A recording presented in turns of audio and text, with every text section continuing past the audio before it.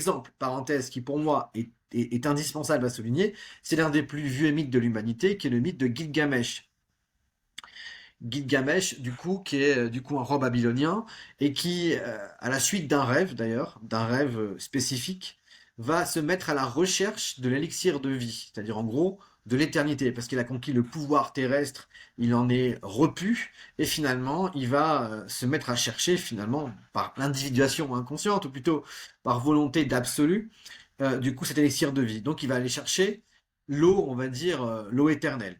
Et lorsqu'il se met à chercher cette eau-là, il va tomber sur Enkidu, qui est ni plus ni moins que son ombre, une sorte de bête poilue anthropomorphe, du coup qui est son ombre non différenciée dans la forêt, du coup, avec lequel il va aller en direction de cet élixir de vie-là. Voilà un exemple concret d'une individuation consistant à non plus se laisser dominer par la peur qui nous conduit à des projets qui ont une efficacité, mais qui sont finalement du coup pas totalement satisfaisants, mais se retourner vers ces peurs, avec ces peurs-ci, donc qui correspondent dans le profil contraire et au refoulement cumulé, aller conquérir l'autre vie qui est derrière les peurs et pas devant nos certitudes.